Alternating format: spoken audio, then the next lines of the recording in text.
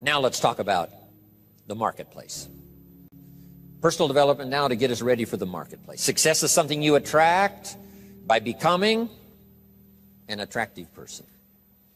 What would make you an attractive person in the marketplace? So you have the best chance to get the best job, to get the best pay, to have the best opportunity, work with the best people, be welcome at the best tables of learning and enterprise, to sit at the conference table of promise and future. How do you get there? Some things to remember. This first little part I call acceptable and unacceptable behavior. Now, part of our learning affects us in the marketplace. The skills we've developed affects us in the marketplace.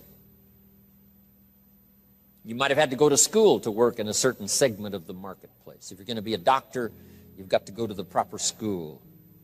If you're going to be a lawyer, you've got to go to the proper school. But there's something else now that affects us all in the marketplace that I want to deal with here, and that's called behavior in the marketplace. Not just your skills, not just your learning, not just what you know, but how you behave. Key phrase, the things that make you obviously a good person, an acceptable person, or unacceptable. First of all of us must study our marketplace as to what might be acceptable or unacceptable. But let's cover some of the obvious, and that'll lead to the rest of the list. I've just got 3 or 4 here to cover, and then you can think about the rest and ponder those. Here's one thing to remember in the marketplace. You must be ultra-conservative in the marketplace.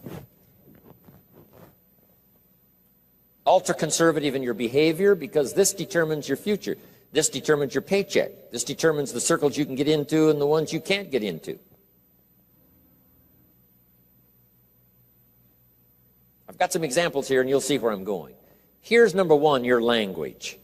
The language you use in the marketplace has so much to do with your paycheck. Now, in some areas, that may not be totally true, where you could use bad language and tell dirty stories and cuss all day long, and it wouldn't make any difference. You know, if you're around people that cuss all day long and tell dirty stories, what difference does it make? Doesn't make any difference. But if you would like to exercise your skill and ability in another segment of the marketplace, here's one thing you might have to correct, or you might have to at least watch carefully, and that's your language in the marketplace. So jot this down. Be ultra-conservative in your language in the marketplace. Otherwise, you may destroy parts of the market that would gladly accept you and your product and your service if your language wasn't so unacceptable. Guy says, well, I'll tell dirty stories and cuss wherever I please, and I'm not saying that's wrong. I'm just saying it'll cost you. In some areas of business in the marketplace, it's going to cost you. Here's a guy that makes $100,000 a year, could make $250,000 easy. The other $150,000 disappears because of his bad language in the marketplace. He's unacceptable in some circles. They won't listen to his story, even though he has something good to share. So you see where I'm going here? Language in the marketplace. Here's what's the safest. Save your jokes for the bar or the pub. Don't put them on the marketplace. Or the inner circle, you know, where all the stories and stuff may be acceptable as you trade stories. But in the marketplace, you've got to be ultra-conservative, shift gears if you have a problem, shift gears, especially in the marketplace, and make sure that it isn't costing you a big share of your marketplace unduly. Because there's no use suffering an extra $100,000, $200,000 a year income simply because you're careless with your language in the marketplace. So of all the places not to be careless, it's in the marketplace concerning your language. So do you see where I'm going here? Okay. Next is habits. You just got to be careful of those. Smoking. Guy walks into an office and says, where's your ashtrays? How come you don't have any ashtrays? Well, ashtrays probably mean what? No ashtrays mean, right? They don't smoke here. Oh, yeah, I forgot. So what I'm saying now, I'm not saying right or wrong to smoke. I'm just saying be careful in the marketplace that you aren't disturbing and wiping out and closing the door on a market you could enjoy simply because you're a bit careless about your habits. Habits. Now, I don't smoke, so I don't have this challenge for me, except a fine cigar after a unique meal. Some places around the world still know how to prepare a gentleman's cigar. kind of an interesting experience, mostly for show. As long as you know which end to dip in the brandy, right? But you see where I'm going here now on habits. Habits. Zig Ziglar talked about the man who was late. I'm telling you, there's some circles, if you're late, you're not welcome anymore. You say, well, I've been late all my life. You know, if people don't like that, that's too bad. I'm saying that's okay. You can have that attitude if you want to, but what if it cost you $100,000 a year? Wouldn't you reconsider? That's too much to pay for the luxury of some habit that you could easily correct and maybe enjoy the benefits of a marketplace that's been closed up until now. This is all I'm saying. Take a look at your habits. Take a look at your language. Here's another one. Your dress. Now, sometimes dress changes regionally. In San Francisco on a business day, they wouldn't expect you to look like West Palm Beach. If you dress like West Palm Beach on a business day in San Francisco, they'll treat you casual, right? Not appropriate dress. So part of this is company, part of it is region, part of it is locality, part of it is community. What's acceptable in the marketplace on a conservative basis? What would be acceptable to everyone in San Francisco? To be dressed conservatively. In West Palm Beach, you can have a casual business dress. Perfectly acceptable. The key is to find out so that you don't cost yourself market that you could enjoy. You don't cost yourself customers that you could have. You don't cost yourself people that would gladly join and be part of it except for these difficulties. I had to learn some of this stuff. All of us have to learn the social graces and what's acceptable. The white socks don't go with the black tuxedo. I mean, some things you just have to learn. What if a guy called on farmers in his tuxedo? See, the word would spread. You should see this clown.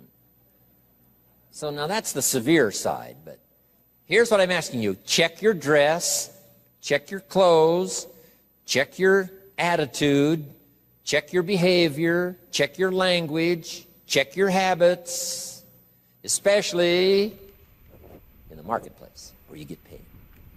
No use slamming the doors you don't need to slam. No use shutting off opportunity that you don't need to shut off by not considering some of these things, okay?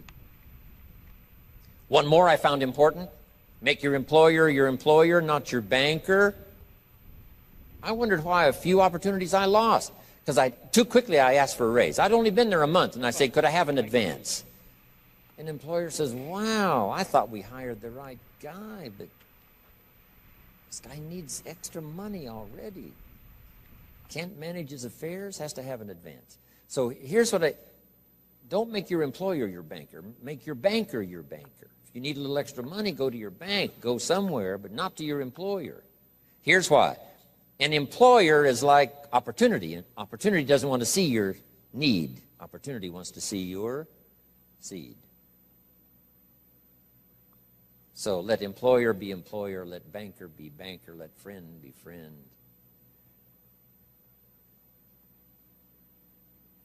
I found it was a bit unwise to make a friend a banker or a relative a banker. Do you know why you go to a minister to discuss certain things? So that he won't disclose it to the marketplace. And you go to your doctor to disclose it so he won't disclose how weak and sickly you might be. So you don't bring your sickness to the marketplace and talk about it. You talk that over with your doctor. Talk over your maladies and your problems to your doctor. So jot this down. It's called show your seed and hide your need. In the marketplace especially. Show your seed, show your willingness, show your desire, show your hard work, show your work ethic, show your arrive early, stay late attitude. Show that, but not your need. The marketplace is not interested in your need. Next is code of conduct. It's not a bad idea to take a piece of paper someday and just jot down what is your code of conduct. What do you expect from yourself? Some things you will do, some things you will not do. Jot this phrase down. What I want to be known for. Here's what I want to be known for. And that's not a bad list to make. As we're building our reputation day by day, week by week, month by month, and one opportunity leads to the next, depending on what we're known for. These are some of the things that may not appear in your resume. You know, you've been to school and you learned these skills and you work for this company and you were there 9 years and so on. In addition to that now, what's really important, especially for your own psyche, is to make a list of what you would like to be known for. I wanted to be known for always doing my best. I never wanted anyone to be disappointed, at least in my presentation. They might be disappointed with my ideas because they thought I was wrong. They might be disappointed with my position because they thought it wasn't right. They might be, disappointed because, I didn't say what I believed, was contrary to what they believed. They might have been disappointed in that, but they were never disappointed in my sincerity, never disappointed in my ability to speak from my heart and my soul. If you have charge of some of my life and you send me off to another country, I promise to represent you grandly. I promise you won't have to stay awake nights wondering about Jim Rohn if you've sent him to Paris. I want you to be able to say, forget about Paris, Jim Rohn is there. He'll take care of it in the best style. He won't show up late and he won't show up drunk. He will represent us well. So have you got that good question now? What do I want to be known for? I want to be known for being on time. I want to be known for staying late. I want to be known for not ignoring anyone. I want to be known for my unique ability in conversation as well as presentation. I want to be known for the fact that I care for kids as well as adults. I want to be known for the company's interest as well as my own. I want to be known for one who helps to feed the goose that lays the golden eggs. I want to be known. I want to be known for my leadership skill. I want to be known for my attitude. I want to be known. What would that list be if you were to make it? Here's what I want to be known for. Sometime in the privacy of your own thoughts, away somewhere, just work on that list. Here's the reputation I want to build. Now, here's what's next under personal development. Under personal development, develop these 5 abilities.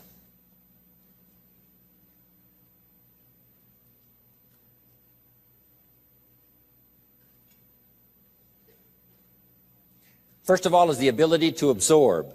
One of the big challenges for being here now, especially for 3 full days, some of you, it's going to be a challenge to try to get it all. But I'm asking you to do that. In another seminar I do, here's a little phrase I have. For the future, pay attention. See if you can't get everything. Every word possible, every idea possible. It's easy to let your mind wander, right, and not really concentrate and dig in and make these days extraordinarily valuable for you. Absorb the atmosphere. Absorb the drama of the occasion. Absorb the spirit of the occasion. Absorb the reasons for coming here and then the reasons for going back home and making a difference. Absorb the variety of voices you're going to hear this weekend. And absorb the provocative ideas as well as the ones that you agree with. Absorb all of that. Take it all in. By listening intently, taking good notes, talking with each other. Here's one more. Absorb the drama of each other. You're going to have a chance to meet some excellent people here. Okay? Losers don't pay this kind of money to come to seminars. The reason why the price tag is substantial is because when you get here, you'll have an excellent chance of meeting some pretty good folks. Even if they borrowed the money to get here. At least they knew how to do that. Whatever it takes. So don't go away without meeting some people. Here's the next part. Listen to the testimonials. You may pick up some ideas from someone's testimonial that'll be just as valuable as what I share from this podium. And sometimes a word spoken in private from someone's unique testimonial is so powerful. It's just as powerful as all the words given by the presenter. So take that all home. Key, absorb the chance for a new beginning. I don't know where you are at the moment. This is sort of mid-year. First 6 months, getting ready now for the last 6 months. And as you pause mid-year to contemplate the past and think about the future, as you ponder for a while ideas that you've already heard, anticipating that you're going to hear some more, how could that create for you a new beginning? There's so many ways to create a new beginning if you just think about it. Or think about the automatic ways of creating a new beginning. Here's a pretty good list. At the beginning of the day, this is a brand new day. I love to get up early now. I used to stay up so late. I got up late. I used to say if the good Lord wanted you to see the sunrise, he'd have made it later in the morning. But now I don't do that anymore. I try to get to bed as early as I can. Sometimes it's not easy, especially when you travel and with jet lag and all the rest, around the world. But I try to get up now early in the morning. Unique thing about early in the morning, you haven't messed up the day yet. I mean, it's just there. It's ready, fresh. It's like being born again. A new day is like being born again. A chance for a new day, a new life. You've never lived this day before. Only in your mind developing plans, but you've never actually walked into this day before. Now you have a chance to watch the sun come up and then stride into this new day. Call yourself a new person, whatever that little trick you have to learn. This is a new day for me. This is a new life for me. Next, at the beginning of the week, that seventh day, I think, has more than one purpose, the seventh day. So just make the note. How to best use the seventh day. It says what? 6 days of labor, working miracles, turning thoughts and faith into reality. Then after 6 days of miracle working, turning ideas into reality, now it says, take the seventh day. And yes, the seventh day could be for spirituality. Yes, the seventh day is to contemplate God. Yes, the seventh day could be called for worship. Yes, the seventh day is to take some time off. Yes, the seventh day is to be with your family. Yes, the seventh day is change of pace. But here's a good idea for the seventh day. To go back over the last 6 and get ready for the next 6. You just pause that seventh day. Because I have another little piece on that in this list of 5.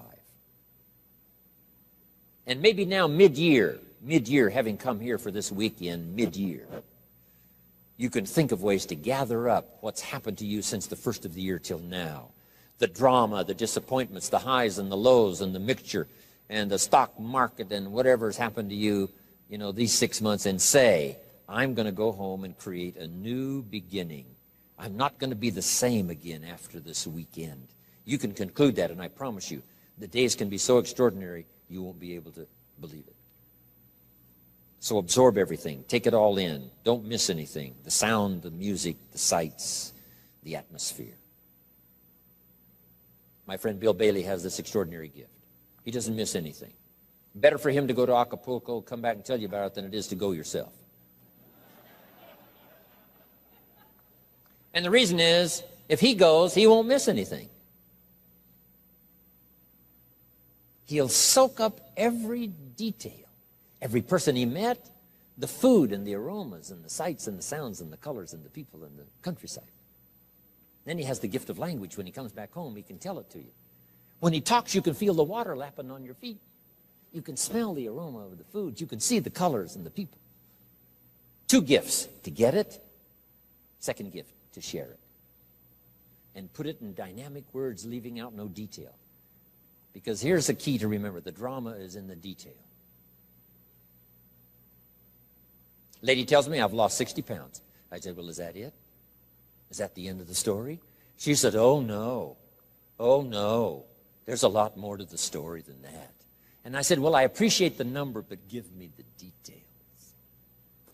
What was going on in your life before? She says, well, misery you can't believe. I know I missed 3 good jobs just because I had too many pounds.